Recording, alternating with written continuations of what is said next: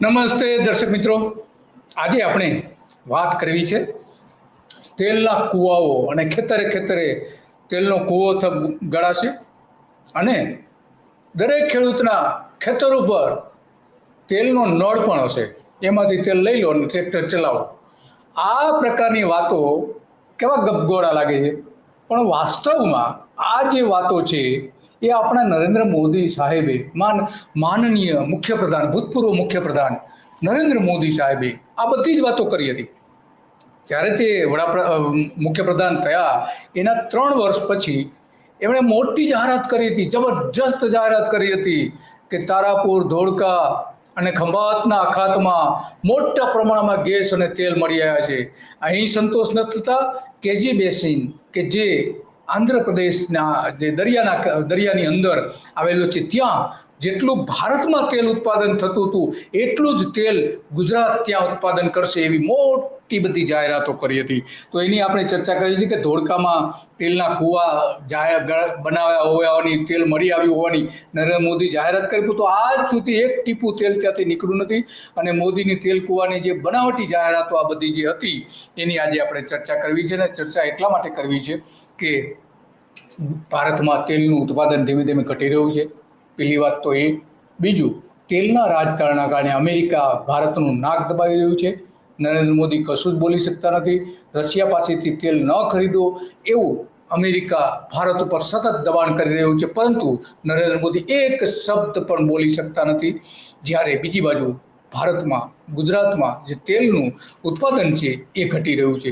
એ સમયે જ્યારે નરેન્દ્ર મોદીની સરકારે જીએસપીસી જે કંપની હતી એ કંપનીમાં આ અંગેની સંપૂર્ણ જાહેરાત કરતી એક ડોક્યુમેન્ટરી બનાવી હતી, વિડીયો ફિલ્મ બનાવી હતી. અને એનો ઉપયોગ નરેન્દ્ર મોદીએ વડાપ્રધાન બનતી વખતે એની પહેલા ઘણા બધા જગ્યાએ એ વિડીયો બતાવ્યો હતો, ગુજરાતી, હિન્દી અને ઇંગ્લિશમાં. એમાં જે ગુજરાતી વર્ઝન આપણી પાસે છે કે નરેન્દ્ર મોદીએ કઈ રીતે પ્રચાર કર્યો હતો કે ગુજરાતમાં કેટલા પ્રમાણમાં તેલના કૂવાઓ મળી આવ્યા છે, એ બધી જ એમણે વાત કરી હતી. એમાં એ બતાવે છે કે તેલના ભંડારો ગુજરાતમાંથી મળી આવ્યા છે. એમાં હજીરા ગેસ ફિલ્ડ જે શોધી કાઢ્યું હતું ગુજરાતે, ત્યાર પછી ધોળકામાં 5 કરોડ મેટ્રિક ટન તેલ મળી આવ્યું છે એવી જાહેરાત કરતો એ વિડીયો છે. અને તારાપુરમાં 5 કરોડ બેરલ તેલ મળી આવ્યું હોવાની પણ એમણે જાહેરાત કરી હતી. તો આ ઉપરાંત એમણે કેજી બેસિનમાં તો ઘણી બધી વાત કરી હતી કે ભારતમાં જેટલું તેલ બને છે એટલું જ અમે શોધી કાઢ્યું છે ત્યાં કેજી બેસિનમાંથી, જેને દીનદયાળ તેલ ક્ષેત્ર કહેવામાં આવે છે, પાછળથી જેના નામ આપ્યું છે એ. તો આ બધા જે નરેન્દ્ર મોદીએ જે બધી જાહેરાતો કરી હતી એ જાહેરાતોની આપણે ચર્ચા કરી છે. પહેલાં આપણે એક વિડીયો સાંભળી લઈએ કે જે જીએસપીસીએ બનાવ્યો હતો અને નરેન્દ્ર મોદીએ એના ચૂંટણી કેમ્પેનમાં આનો મોટા પ્રમાણમાં ઉપયોગ કર્યો હતો, એ પણ સાંભળીએ. અમે અમારી યાત્રા શરૂ કરી હજીરા ગેસ ક્ષેત્ર સંપાદિત કરીને, અને ત્યારબાદ પૃથ્વીના પેટાળમાંથી શોધી કાઢ્યું 5 કરોડ મેટ્રિક ટન તેલ ધોળકા ખાતે. અને ધોળકા ખાતેથી 5 કરોડ મેટ્રિક ટન તેલ શોધી કાઢ્યું. 5 કરોડ બેરલ્સ તેલ તારાપુર અને 5 કરોડ બેરલ તેલ તારાપુરમાંથી. તો આ બે મોટા વિસ્તારોમાંથી શોધી કાઢ્યું હોવાની જીએસપીસીએ જાહેરાત કરી હતી, એની વિડીયો ફિલ્મ બનાવી હતી. અને નરેન્દ્ર મોદીના પ્રચારમાં કે ગુજરાતને જો કેટલું સમૃદ્ધ બનાવી દીધું છે નરેન્દ્ર મોદીએ, આ ફિલ્મ દ્વારા એનો પ્રસ્થાપિત કરવાનો પ્રયત્ન કરવામાં આવ્યો હતો ખાતે. પરંતુ તે ભારતને સંપૂર્ણપણે ઊર્જા સક્ષમ રાષ્ટ્ર બનાવવાની અમારી શોધ યાત્રાનો અંત નહોતો. અને એટલે જ અમે કરી એક ક્રાંતિકારી પહેલ, ભરી એક મહત્વાકાંક્ષી હરણફાળ અને કર્યું કેજી બેસિન ખાતે અમૃત મંથન, જેનું નામ આપ્યું હતું અમૃત મંથન. કાળા તેલનું નામ આપ્યું હતું અમૃત મંથન. એક એવું દૂરંદેશી ભર્યું પગલું કે જે દેશ દૂરંદેશી ભર્યું પગલું એવું પ્રસ્થાપિત આ વિડીયો ફિલ્મમાં કરવામાં આવ્યું હતું જીએસપીસી દ્વારા. જીએસપીસીએ તૈયાર કરી હતી વિડીયો ફિલ્મ, એમાં પ્રસ્થાપિત. પરંતુ આજે એક પણ તેલનું ટીપું આ એક પણ ક્ષેત્રમાંથી, 4 ક્ષેત્રમાંથી ક્યાંય નીકળતું નથી. અને જીએસપીસીને 20,000 કરોડ રૂપિયાના ખાડામાં ઉતારી દીધી. ગુજરાતની પ્રજાના 20,000 કરોડ રૂપિયા એમાં હતા, એના વેરા પેટે ચૂકવેલા સરકારની આવક પેટેના એ 20,000 કરોડ રૂપિયા હતા. એમાંથી કેટલીક લોન પણ હતી, તો એ 20,000 કરોડ રૂપિયામાં ડૂબાડી દીધું. ના ઉર્જા અર્થશાસ્ત્રના સમીકરણો બદલી નાખશે એવો અમને વિશ્વાસ હતો. તો આ સ્પષ્ટપણે નરેન્દ્ર મોદી જે બતાવે છે, પરંતુ એ ગુજરાતને કાળના ગર્તામાં ધકેલી દીધા હતા. કાળ ચક્રમાં નરેન્દ્ર મોદીએ ધકેલી દીધું ગુજરાતને ધોળકામાંથી. તો એવી જાહેરાત કરી હતી કે ખેડૂતોના ખેતરે ખેતરે તેલનો કૂવો હશે અને નળમાં તેલ આવતું હશે. તેલ તમે ભરીને તમારું ટ્રેક્ટર ચલાવી શકશો, ગાડી ચલાવી શકશો, કાર ચલાવી શકશો, બધું જ ચલાવી શકશો, એવી પણ જાહેરાતો કરી હતી. પરંતુ આજે એક તેલનું ટીપું પણ અહીં નથી નીકળતું. ભૂપેન્દ્ર એ ચુડાસમા આપણે જાણીએ છીએ, એ વિસ્તારના અત્યારે ધારાસભ્ય હતા. તો એ સારી રીતે બધું જાણતા જ હશે, કારણ કે એમની હાજરીમાં જ આ બધી જાહેરાતો થઈ હતી. તો ધોળકામાં તેલ મળી આવ્યું ત્યારે ગુજરાતના ખેડૂતોના ખેતરમાં તેલના કૂવાઓ ખેતરે ખેતરે હશે અને એમાંથી તેલ નીકળતું હશે. એ તો ન નીકળ્યું, પરંતુ સુરેન્દ્રનગરમાં ખેતરે ખેતરે ગેરકાયદેસર રીતે કોલસો કાઢવામાં આવી રહ્યો છે અને એમાં ભારતીય જનતા પાર્ટીના 45 નેતા સંડોવાયેલા છે. અબજો રૂપિયાનો ત્યાં કોલસો ખોદી કાઢવામાં આવ્યો છે. અબજો રૂપિયાનો કોલસો ખેતરે ખેતરે કૂવાઓ બનાવીને 5000 આવા કોલસાની ખાણો બનાવી છે અને બધું જ દોહન કરી લીધું છે. મોટું કૌભાંડ છે. ધોળકામાં તેલનું ટીપું ન નીકળ્યું અને ત્યાં જે કોલસો નીકળતો હતો એના કોઈ હરાજી કરવામાં આવીને, જે હરાજી કરવામાં આવતી હતી એનો ગેરઉપયોગ કરીને આ બધા પાસ બનાવીને ત્યાં અત્યારે આજે પણ ચાલી રહ્યું છે. નરેન્દ્ર મોદી બધું જ જાણે છે, પણ એ કંઈ કરવા તૈયાર નથી. ઓગસ્ટ 2021માં કહેવાયું હતું કે કચ્છના પેટાળમાં નરેન્દ્ર મોદી વડાપ્રધાન થયા પછી આ વાત અહીંયા અટકતી નથી.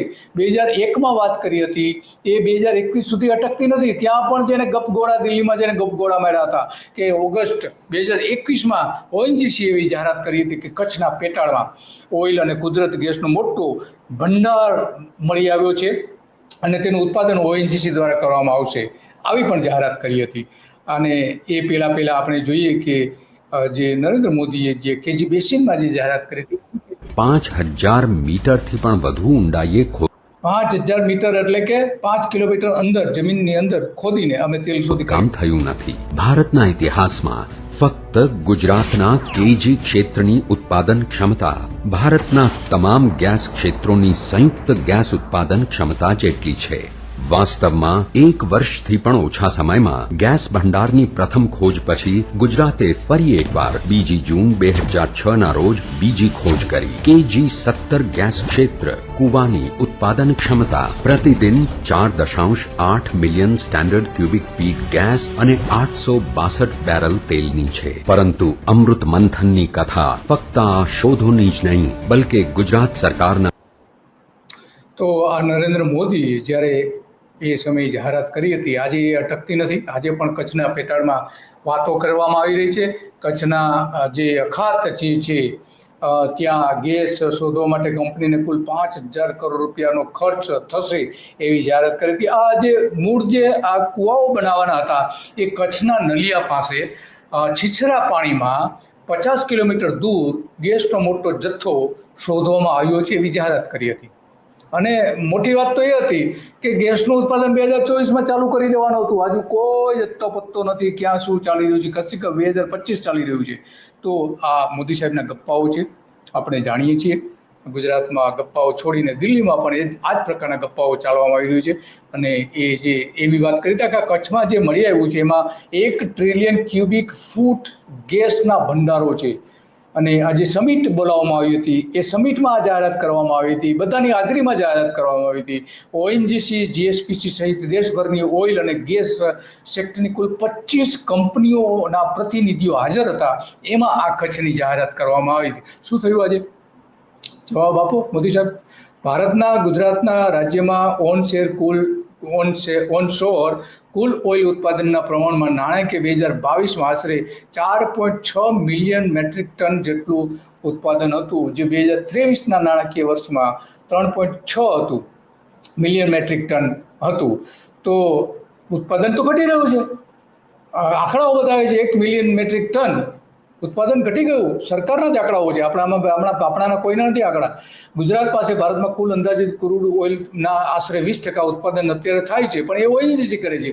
ગુજરાત સરકારનું ક્યાંય એક તેલનું ટીપું નીકળતું નથી. અને એમાં જે ગુજરાતમાંથી જે આ તેલ ઓઇલ નીકળે એમાંથી 4% ગેસ નીકળે છે. તો આ આપણા મોદી સાહેબની વાતો હતી, અને એ વાતો કરવા માટે આજે કાળચક્રમાં કે કાળનું ચક્ર કેવું ફરતું હોય છે, પરંતુ માણસો સુધરતા નથી. નરેન્દ્ર મોદીએ ગુજરાતમાં હતા ત્યારે આ બધી જાહેરાતો કરી હતી કે આટલા મોટા પ્રમાણમાં તેલના કુવાઓ અમે શોધી કાઢ્યા છે, ધોળકા, તારાપુર, ખંભાતના અખાતથી લઈને આ બધા જ વિસ્તારોમાંથી, પરંતુ આજે ક્યાંય તેલનું ટીપું નીકળતું નથી. તો નરેન્દ્ર મોદી લોકોને નીચોઈને તેલ કાઢે છે, પરંતુ ધરતીમાંથી તેલ કાઢી શકતા નથી. બસ આજે આટલું જ. અને એટલા માટે આ કાલચક્રમાં વાત કરવી હતી કે ગુજરાત એક સમૃદ્ધ 20% આખા ભારતનું સૌથી 20% તેલ ગુજરાત ઉત્પન્ન કરે છે, ઓએનજીસી અને બીજી બધી કંપનીઓ. અને વિશ્વની સૌથી મોટી રિફાઇનરી રિલાયન્સની ગુજરાતમાં છે. પરંતુ નરેન્દ્ર મોદીના ગપ્પાઓ આખા વિશ્વમાં હવે પ્રસિદ્ધ થઈ ગયા છે. બસ આજે આટલું જ.